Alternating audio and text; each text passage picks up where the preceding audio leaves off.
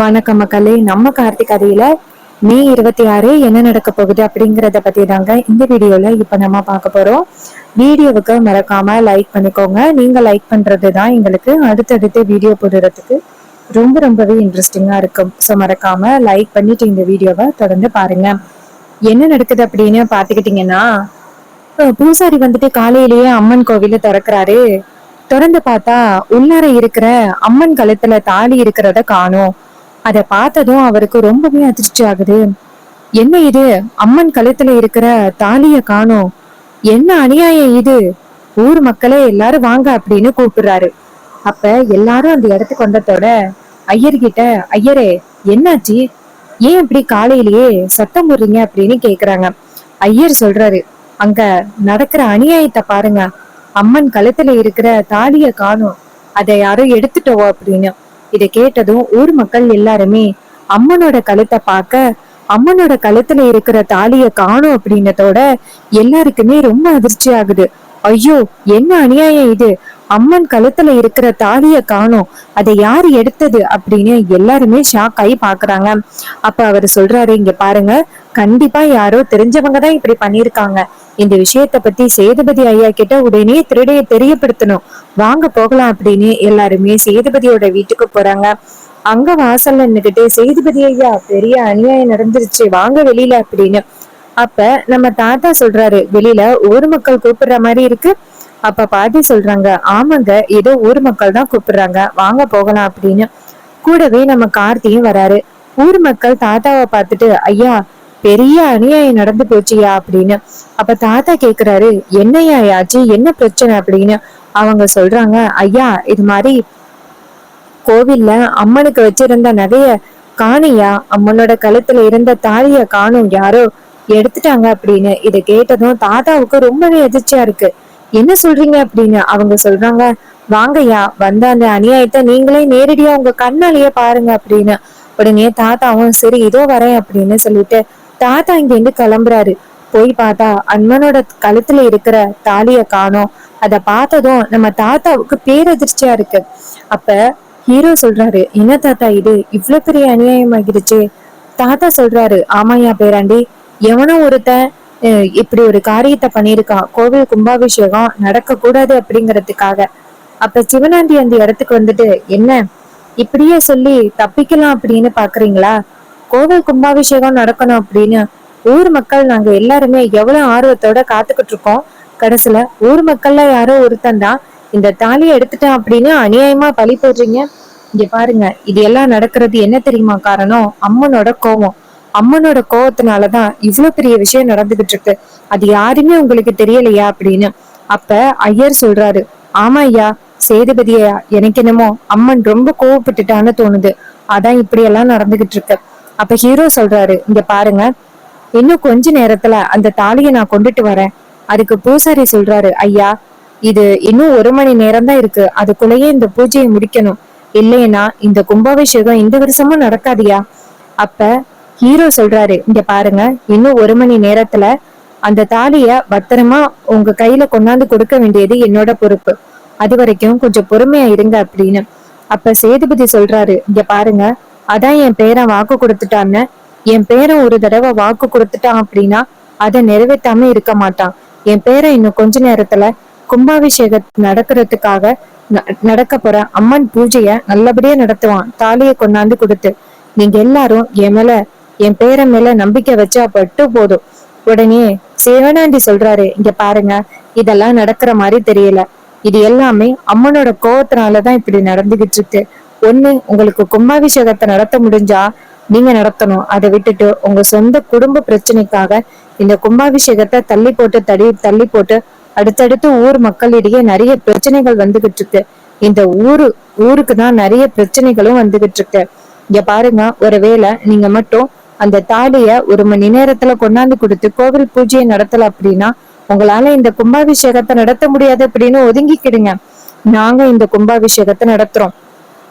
சேதுபதி சொல்றாரு, ஏய் சிவனாண்டி, நீ தேவையில்லாம இந்த ஊருக்குள்ள வந்து தலையிட்டுக்கிட்டு இருக்கா, உனக்கும் இந்த ஊருக்கும் என்ன சம்பந்தம், இந்த கும்பாபிஷேகத்தை நடத்த வேண்டிய பொறுப்பு என் பேரனுக்கு இருக்கு, நீ தேவையில்லாம இதுல தலையிடாத அப்படின்னு. இதை கேட்டதும் சிவனாண்டி ரொம்ப ஷாக் ஆகுறாரு. முத்து சொல்றாரு, மவனே கொஞ்சம் பொறுமையா இருடா. ஊர் மக்கள் எல்லாருமே பயங்கர கோவத்துல இருக்காங்க. இந்த நேரத்துல அவங்க கிட்ட என்ன பேசினாலும் அவங்களுக்கு கோவம் வரும். இங்க பாருடா மவனே, அந்த தாலியை தான் நம்ம எடுத்து வச்சிருக்கோம்ல, அதை அவனால கண்டுபிடிக்கவே முடியாது. நீ கவலைப்படாத.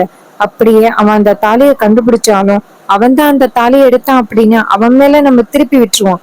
நீ கவலைப்படாதடா. சிவனாண்டி சொல்றாரு, சித்தப்பா எப்படியும் அவன் அந்த அங்க நடக்கிற அந்த ரேவதியோட நலங்குக்கு போக கூடாது, அதுவும் ஒரு குறிக்கோள். அதுக்கு முத்து சொல்றாரு, ஆமாடா மவனே, எப்படியும் அந்த தாலியை கண்டுபிடிக்க மாட்டான். அதை கொண்டு போய் நம்மளுக்கு தேவையான அளவுக்கு வித்து செம்ம ஹாப்பியா இருக்கலாம் அப்படின்னு சொல்லிட்டு பேசுறாங்க. சிவனாண்டி சொல்றாரு, ஆமா சித்தப்பா அப்படின்னு. இன்னொரு பக்கம் நம்ம ஹீரோ வந்துட்டு எங்க பார்த்தாலுமே தேடி பாக்குறாரு.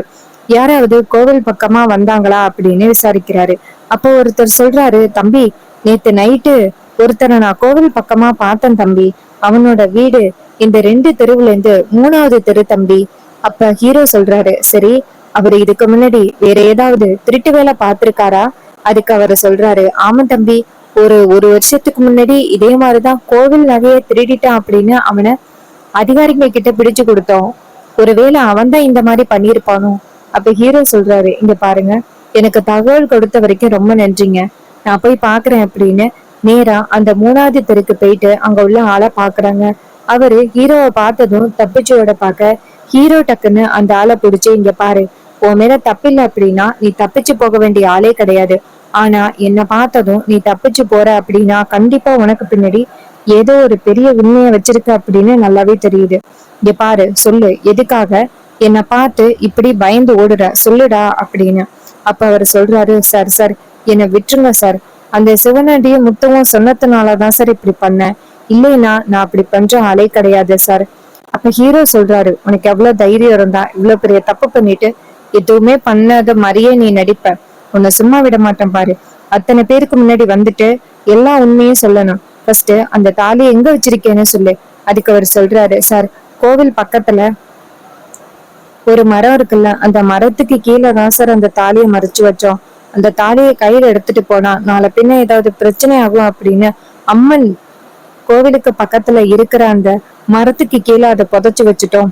இதை கேட்டதும் ஹீரோ சொல்றாரு, வாடா அப்படின்னு பிடிச்சி அவனோட சட்டையை பிடிச்சு இழுத்துட்டு நேரா பஞ்சாயத்துக்கு போறாங்க. அப்ப வந்துட்டு அந்த சிவனாண்டி சொல்றாரு, இங்க பாருங்க, கோவில் பூஜை நடந்து முடியறதுக்கு இன்னும் 5 நிமிஷம் தான் இருக்கு. அதுக்குள்ளயும் அவன் தாலியை கொண்டுட்டு வருவானா அப்படின்னு எனக்கு சந்தேகமா இருக்கு. இங்க பாருங்க, நீங்க எல்லாரும் தேவையில்லாம இந்த சேதுபதியோட பேரனை நம்பி நீங்க அந்த அம்மனுக்கு ஒரு மிகப்பெரிய துரோகத்தை பண்ணிக்கிட்டு இருக்கீங்க. இப்பவே கோவில் கும்பாபிஷேகத்துக்கு பொறுப்புகளை எங்க கிட்ட ஒப்படைங்க. நாங்க நல்லபடியா இந்த கோவில் கும்பாபிஷேகத்தை நடத்துவோம். சேதுபதி சொல்றாரு, ஏ சிவனாண்டி, உனக்கும் இந்த ஊருக்கும் என்னடா சம்பந்தம்? நீ தேவையில்லாம ஆரம்பத்துல இருந்தே பேசிக்கிட்டு இருக்க. அது உனக்கும் நல்லது இல்ல, உன் உடம்புக்கும் நல்லது இல்ல, கிளம்புறா அப்படின்னு சொன்னதும் சிவனாண்டி நினைக்கிறாரு, இவன் என்ன தேவையில்லாம இப்படி பேசுறான் அப்படின்னு. அப்ப நம்ம ஹீரோ வந்துட்டு ஒரு ஆளை இழுத்துட்டு வரத நம்ம சேதுபதி பாக்குறாரு. பார்த்துட்டு, இதோ என் பேரை வந்துட்டான், அவன் கண்டிப்பா உண்மையோடதான் வருவான் அப்படின்னு தெரியும். அப்ப ஹீரோ அந்த இடத்துக்கு வந்துட்டு, இங்க பாருங்க, இவன் தான் நேத்து நைட்டு கோவிலுக்குள்ள இருந்த அம்மன் கழுத்துல இருந்த தாலியை எடுத்தது இவன் தான். உடனே சிவனாண்டியும் முத்துவும் பார்த்துட்டு அதிர்ச்சி ஆகுறாங்க.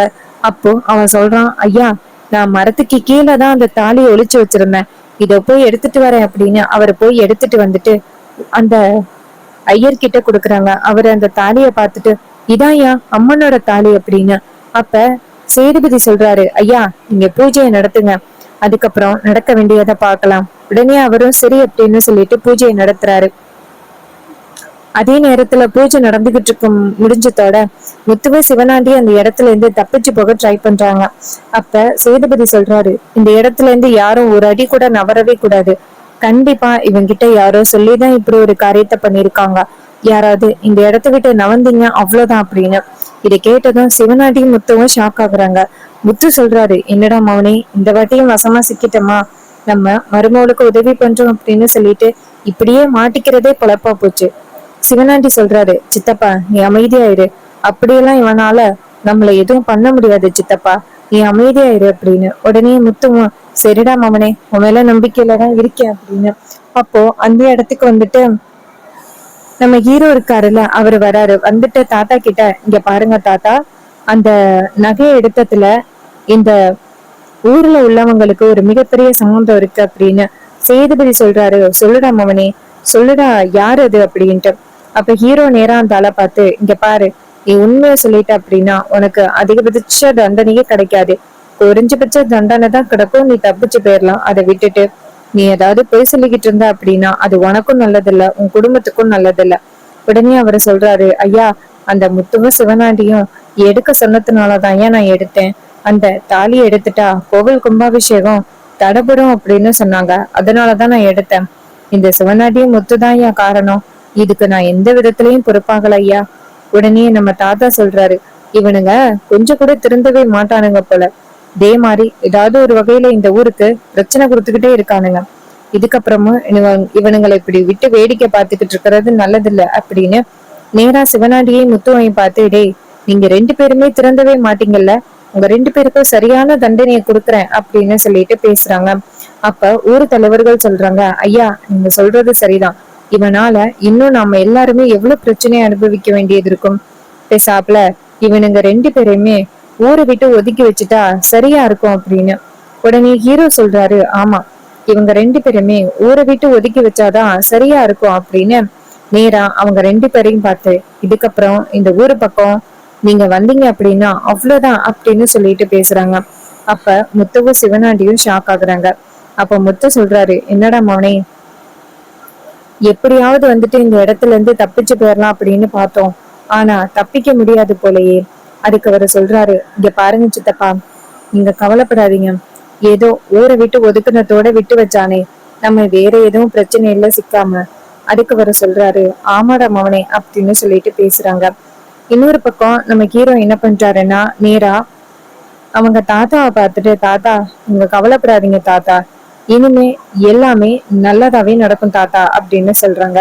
உடனே அவரும் ஆமட மவனே அப்படின்னு சொல்லிட்டு பேசுறாங்க. சிவனாண்டியையும் முத்துவையும் ஊரை விட்டு ஒதுக்கி வைக்கிறாங்க. பஞ்சாயத்துல நகையை எடுத்ததுனால சிவனாண்டியும் முத்துவும் ஊரை விட்டு வெளியில போறாங்க. இன்னொரு பக்கம் நம்ம சந்திரா வந்துட்டு எப்படியும் அவங்க பிளான வந்துட்டு நிறைவேற்றிருப்பாங்க. இனிமே அந்த டிரைவர் பயலால இங்க எந்தவித பிரச்சனையும் வரப்போறது இல்ல, நல்லபடியா இந்த நலங்கு நடக்க போகுது, அந்த மருதுதான் ரேவதிக்கு நலங்கு வைக்க போறான், இனிமே யாராலையும் எதுவும் பண்ண முடியாது அப்படின்னு ரொம்பவே சந்தோஷத்துல இருக்க. அப்ப நம்ம ஈஸ்வரி நேரா சந்திராவை பார்த்து, சந்திரா, என்ன சந்திரா, நம்ம பிளான் சரியா எக்ஸிக்யூட் ஆயிருச்சா? அதுக்கு சந்திரா சொல்றாங்க, ஆமாக்கா, ஏதோ கோவில்ல பிரச்சனையா, அங்க அம்மன் கழுத்துல இருக்கிற நகைய காணுமா, அத அந்த டிரைவர் பைய கண்டுபிடிக்கிறேன் அப்படின்னு சொல்லிட்டு போயிட்டான். சோ அவன் இங்க வர்றதுக்கு வாய்ப்பே இல்லை, அதனால நீ இனிமே அவனை பத்தி இங்க வருவான் அப்படின்னு நினைச்சு கவலைப்பட வேண்டிய அவசியமே இல்லை. உடனே ஈஸ்வரி சொல்றாங்க, சந்திரா, உண்மையாவே அம்மனோட நகையை காணுமா, இதுல உனக்கு எதுவும் சம்மதம் இல்லையே? அதுக்கு வில்லி சொல்றாங்க, அக்கா, எனக்கும் இதுக்கும் எந்த சம்மந்தமும் இல்ல, அது நடந்தது ஒரு தற்செயலான நிகழ்வு, இதுக்கும் எனக்கும் எந்தவித சம்மந்தமும் இல்லக்கா. ஈஸ்வரி சொல்றாங்க, சரிடி, உன் மேல நம்பிக்கை வச்சதுனாலதான் பேசுறேன், சரி ஓகே, நான் வந்துட்டு ரேவதிக்கு நலங்கு வைக்கிறதுக்கான எல்லா ஏற்பாடுகளையும் பண்றேன். உடனே சந்திராவும் சரிக்கா அப்படின்னு சொல்றாங்க. அண்ட் இந்த கதை உங்களுக்கு பிடிச்சிருக்கா? இந்த கதை பிடிச்சிருந்துச்சுன்னா இந்த வீடியோவுக்கு மறக்காம லைக் பண்ணிக்கோங்க. நீங்க லைக் பண்றதுதான் எங்களுக்கு அடுத்தடுத்து வீடியோ தொடர்ச்சியா போடுறதுக்கு ரொம்ப இன்ட்ரெஸ்டிங்கா இருக்கும். ஸோ மறக்காம லைக் பண்ணிட்டு இந்த வீடியோவை தொடர்ந்து பாருங்க. அது மட்டும் இல்லாம உங்களுக்கு ஹேர் கிளிப்ஸ் அண்ட் அக்சசரிஸ் பிடிக்குமா, டிஃப்ரெண்ட் கலர்ஸ் அண்ட் டிஃப்ரெண்ட் டிசைன்ஸ்ல உங்களுக்கு பிடிக்கும் அப்படின்னா நீங்க வந்துட்டு கமெண்ட்ல வந்து ஹாய்னு மெசேஜ் பண்ணுங்க. கமெண்ட்ல ஹாய்னு மெசேஜ் பண்ணீங்கன்னா உங்களுக்கு இந்த ப்ராடக்ட் எப்படி பை பண்றது அப்படிங்கறத பத்தி சொல்லுவேன். நம்மளோட ஹீரோவோட கதையில நெக்ஸ்ட் நிறைய ட்விஸ்ட் அண்ட் டர்ன்ஸ் எல்லாமே நடந்திருக்கு. அண்ட் இந்த ட்விஸ்ட் அண்ட் டர்ன்ஸ் எல்லாத்தையும் நீங்க பார்க்கணும் அப்படின்னு நினைச்சீங்கன்னா நம்மளோட சேனலை தொடர்ந்து ஃபாலோ பண்ணி சப்போர்ட் பண்ணுங்க. தேங்க்யூ ஃபார் வாட்சிங். See you on next new video.